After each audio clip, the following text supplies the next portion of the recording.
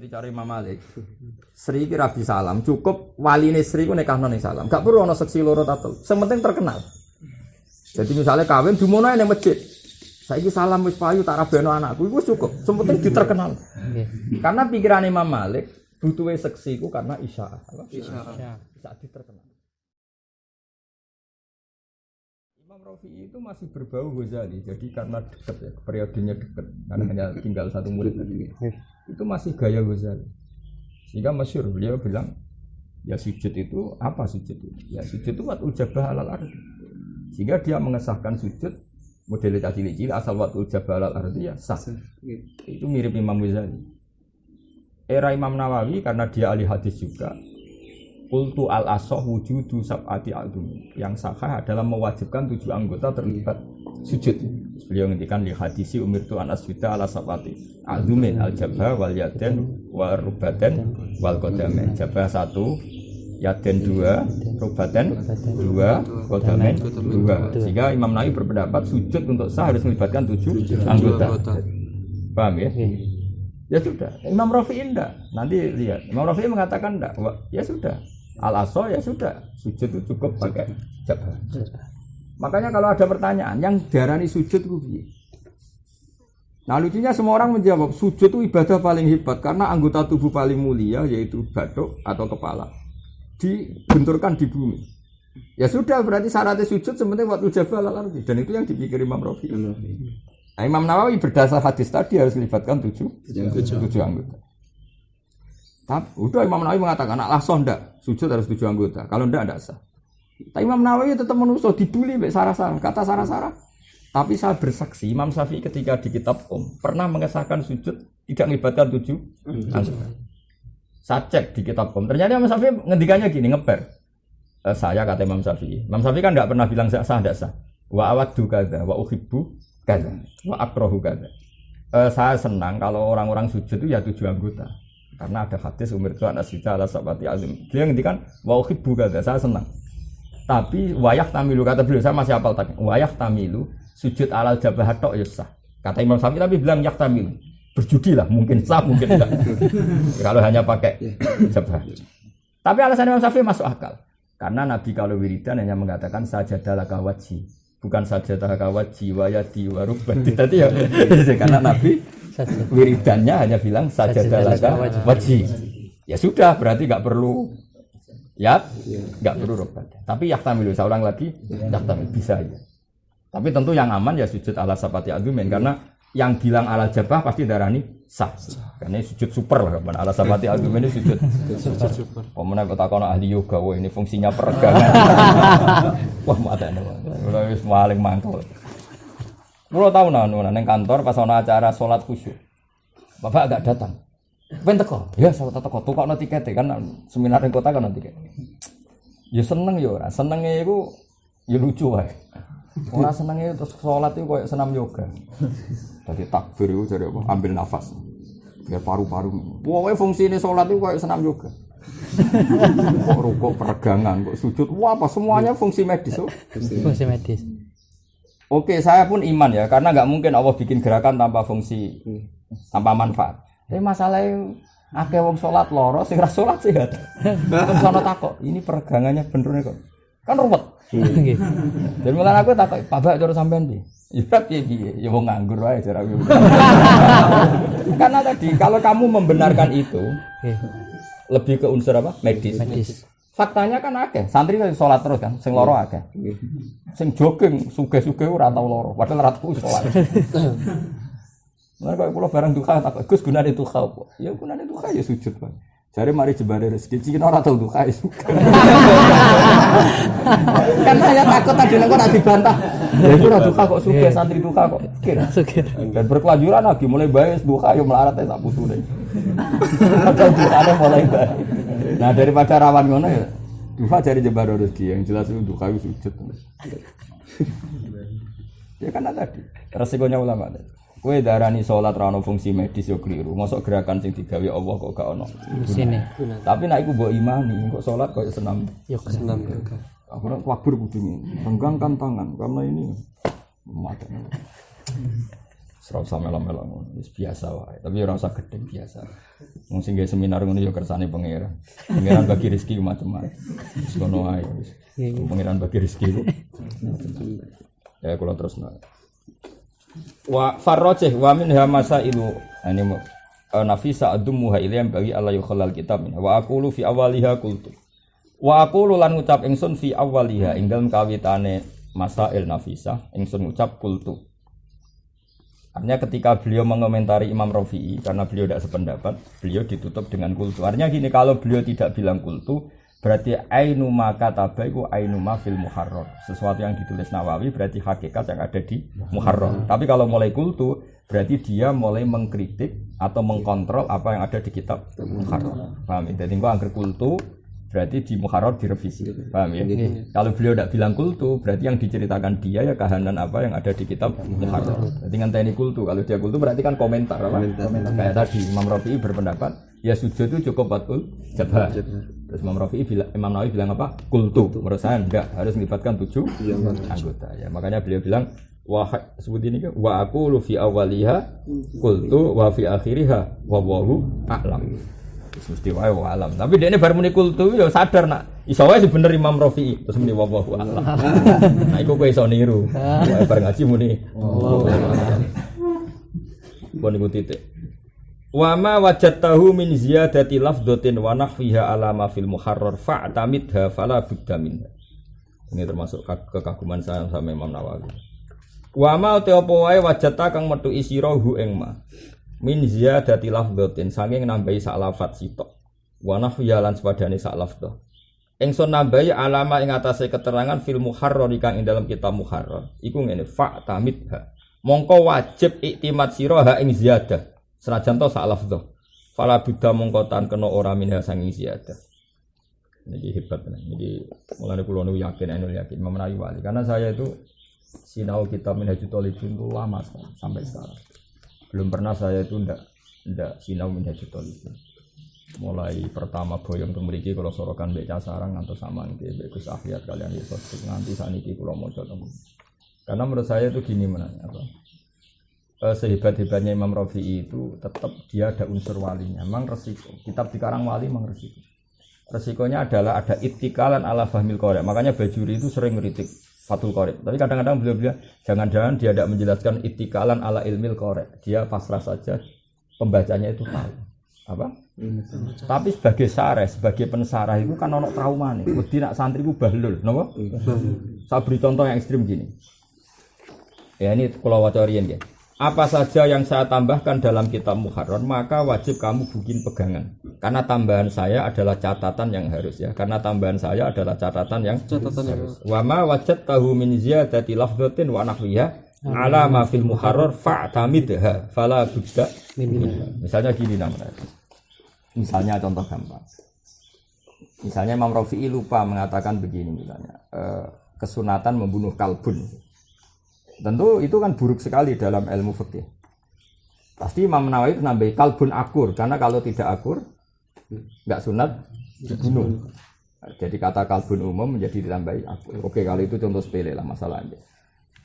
Saya pernah istikharah sama Allah kemudian dapat alamat itu dan itu saya ajarkan di mana-mana. Hukum itu kan satu background besar. Kemungkinannya hukum itu apa? Ma'ruf dikenal, itu satu. 2 ghairu ma'ruf tidak dikenal. 3 sakofa itu satu peradaban atau turos atau hadoroh kalau dalam bahasa Rasulullah. Resikonya gini Bibi, ini dengerin betul. Saya percaya sama Imam Nawawi, memang harus begitu. Tapi saya lebih percaya Imam Rafi'i karena ada adat wali. Kita tahu masyhur Imam Rafi'i nak ngarang kitab, kok dia kesulitan lampu itu dia ini sore itu muruk saking keramatnya sinten Imam Rafi'i. Itu begini resikonya begini. Misalnya kasus Nabi Nuh. Umatnya Nabi Nuh maksudnya. Kaumnya Nabi Nuh itu kan homoseks, mencintai lelaki sama lelaki, LGBT lah sekarang ya, lesbi yang perempuan yang mencintai perempuan dan hubungan intim. Singkat cerita, kaum Lut yang terkenal sodomi itu, seorang lagi kaum Lut yang terkenal apa? Sodomi itu. Delala pangeran ya senangan nguji, kirim Jibril dan kawan-kawan berupa lelaki-lelaki ganteng. Singkat cerita dituntut untuk diserahkan ke mereka mau dijak hubungan seks. Ya tentu seks liar, seks salah. Ya, paham ya? Kita tahu kan cerita itu kan, tamu-tamunya kan apa? Ganteng. Nah, sampai apa? Lau annali bikum kuwatan au awi ila kita tamunya ganteng-ganteng mau tidak hubungan seks liar atau seks homoseks, penyimpangan seks. Nabi Lut mengatakan apa coba? Nabi Lut itu pidato begini, ini bukti bahwa teorinya Imam Rafi'i itu benar. Menurut saya benar Rafi'i. Haula ibanati hunna adharu lakum. Fattaqullaha wa la tuhzuni fi dhaifi. Nabi Lut bilang gini, ngapain kamu ingin seks sama tamu-tamu saya yang cowok? Harusnya kalau kamu ingin nikmati seks sama putri-putri saya. Karena normalnya lelaki nikmati seks ya sama putri. Pertanyaannya adalah, apakah langsung halal mereka nikmati putrinya Nabi Lut? Kan tidak ada. Itu butuh sekian catatan. Tentu nikah dulu, ada acara syahid dulu. Tapi Quran hanya cerita haulai banati hunna darulakum. Padahal tentu untuk menjadi halal syaratnya kan banyak. Akad nikah dulu ini. Nah itu makanya saya itu enggak percaya ada apa menawa sing anakno terima wong kampus, saya enggak percaya ada kajian madzhabul akbar. Itu bahaya sekali, bukan sekedar bahaya sekali. Karena pasti yang diceritakan hukum mujmalnya tidak catatannya. Paham ya? Coba sekarang ketika Nabi Lut bilang haula ibanati itu putri-putriku, hunna darulakum, itu lebih halal bagi kalian. Itu langsung halal apa butuh sekian catatan? Butuh sekian catatan. Akad dulu macam-macam. Gelem dulu. Iya kalau bira-bira salam Melayu kan enggak sah. Karena syaratnya wali mujbir itu enggak ada adawah dhohi. Tapi Allah hanya bilang haula ibanati hunna darulakum, itu kan tanpa catatan. Kamu praktekkan sah enggak? Oh enggak sah sama sekali, bukan sekedar enggak sah sama sekali. Itu menunjukkan bahwa Quran pun ada tradisi ittikalan ala ilmi qari. Hukum zaman itu sudah ma'ruf, di mana-mana nikah itu ada wali, ada syahid, ada penyerahan putri. Makanya saya bilang misalnya Hasan misalnya tak suruh San saya belikan kopi, ya sudah maknanya itu belikan kopi, ketemu penjualnya, kemudian ada akad, kemudian dapat kopi. Karena sing jenenge beli ya seperti itu, apa? Sama sing jenenge halal menikmati perempuan caranya ya seperti itu. Nah, Imam Rafi'i itu masih pakai tradisi itu, jadi sering beliau selonong saja ngendikan hukum tanpa memberi catatan. Nah mungkin era Rafi'i itu nggak masalah, karena orang masih banyak yang alim, banyak yang waras. Era Nawawi itu masalah karena takutnya umumnya Dawi Rafi'i tanpa catatan ini dikira seperti itu. Makanya Nawawi bilang pasti saya tambahkan beberapa syarat yang Rafi'i lupa membuat catatan itu. Meskipun satu kata, lafdhah itu satu kata. Ini tadi misalnya wa yusannu qatul kalbi. Nawawi bilang tambahi akur karena kalau sudah kalbun tidak sunat. Meskipun salah lafdhah. Meskipun salah. Makanya ini masalah ya. Makanya saya percaya hidup itu harus ada sakof, harus ada tradisi. Harus ada tradisi. Misalnya ngaji ya, ngaji itu mulazam. Makanya saya tidak senang ijazah amah itu benar-benar sih. Ya meskipun itu terjadi sebelum-sebelum ijazah kok. Wah, mau aneh-aneh. Masuk ketemu Sayyid Muhammad pas kaji. Wah, aku murid Sayyid Muhammad untuk ijazah. Jajal kon maca Syariatu Al-Khalidah, pinter aku.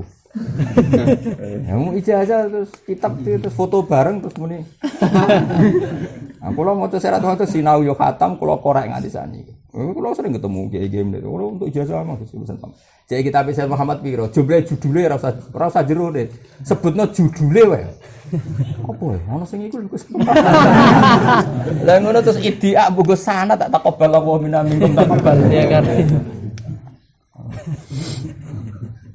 Dia misalnya ijazah amma resikonya seperti itu. Coba misalnya Nabi Lut muni haulai banati. Terus misalnya terus lanang-lanang njupuki anak Nabi Lut. Kira-kira disalahno ta ora? Oh sangat salah, ora terima salah sangat. Maka kemarin ketika saya terjemah Quran di UI sama Pak Zaini, terus kemarin saya konsultasi sama Pak Quraisy itu saya ngotot sama beliau, sudahlah Pak, siapapun yang sudah alim tafsir, saya mohon sekali, pokoknya bab fikih itu harus diberi catatan. Kalau enggak itu jangan. Beliau ngendikan, iya Pak, ya Gus memang harus begitu. Takutnya tadi, mesti ada fikih yang hilang. Kenapa hilang enggak diterangkan Quran? Karena turun ketika hukum itu ma'ruf. Ya, saya ulang lagi, turun ketika hukum itu ma'ruf. Nah ma'ruf udah enggak disebut. Nah catatan-catatannya enggak disebut. Nah sekarang bayangkan kalau ada intiqalul madhab. Kayak apa respon? Makanya saya berkali-kali bilang. Misalnya gini, ada cerita madzhabul arba'. Imam Syafi'i mensyaratkan kawin itu ada saksi. Imam Malik tidak mensyaratkan ada saksi. Misalnya terus seperti itu, tok kan kamu ngira Imam Malik tidak mensyaratkan saksi. Padahal enggak terusannya illa annahu syarratul isya'ah, napa? Imam Malik itu tidak mensyaratkan ada saksi, tapi mensyaratkan diterkenalkan. Ya terkenal itu sak dhuwure seksi. Karena butuhnya diketahui kalau perempuan itu suaminya siapa. Ya jadi cara Imam Malik. Sri ki rabi salam, cukup waline Sri ku nikahno ning salam. Enggak perlu ana seksi loro tatul. Sementing terkenal. Jadi misalnya kawin dimono ning masjid. Saiki salam wis payu tak rabeno anakku iku cukup. Sementing diterkenal. Karena pikiran Imam Malik butuhe seksi ku karena isya'ah. Isya'ah. Bisa diterkenal. Lah Imam Syafi'i lucune ya pancen madzhabku mesti mirip-mirip. Imam Syafi'i nyaratno seksi ku loro. Tapi majibno wong teko ning walimatul urus. Ya akhirnya dadi isya'ah kan. Antar wong teko. Salam wis payu rabi. Nah, akhirnya kan mirip. Jadi Imam Malik nyaratno isya'ah tapi nyarat seksi. Jadi pikiran Imam Malik, gunane seksi ku ben ana sing nyekseni nak Sri ku bojone salah. Lah si isya'ah ku fokus syahadah. Isya'ah ku fokus syahadah. Lah terus misalnya mau dinukil tok separo-paro, Imam Malik gak nyaratno seksi. Kayak apa fatalnya? Padahal ana terusane gak nyaratno seksi tapi nyaratno wajibe isya'ah. Diterkenal kan. Cara kula nggih bener Imam Malik. Imam Syafi'i ora iso mbok salam no. Wong majibno teko ning undangan walimat. Wae buyute Isa. Yo den cara santri disbuli untuk kado boto macam-macam. Wakan elek kuwerdusi sangone sak kedus mertuane seneng jipe dibuka. Masuk. Paling sae ora santri di mantu apa? Santri. Waduh kedusan nang ngene mertuane iku barang barang dibuka kok santri-santri ya Allah. Nah itu masalah. Makanya kalau suwon ya kalau nanti terpaksa ada sekolah perbandingan mazhab itu yang mulang harus benar-benar wong alim sing waroi karena itu yang masih jaga originalitas syarat-syarat yang tidak disebut di penukilan nama madzhabul arba'ah. Dan itu bahaya. Saya ulang lagi itu bahaya. Karena pasti tadi. Mana kula nu gadah madzhabul arba'ah sak meten mboten ate kula wae. Mesti bodoni. Wong fikih Syafi'i tok sak Wahhabi sak mene kok iki madzhabul arba'ah sak mene. Hitung ya. Wis ora usah ora detail ya tambah deh. Madzhabul arba'ah kan ana sing gedene kok sak mene.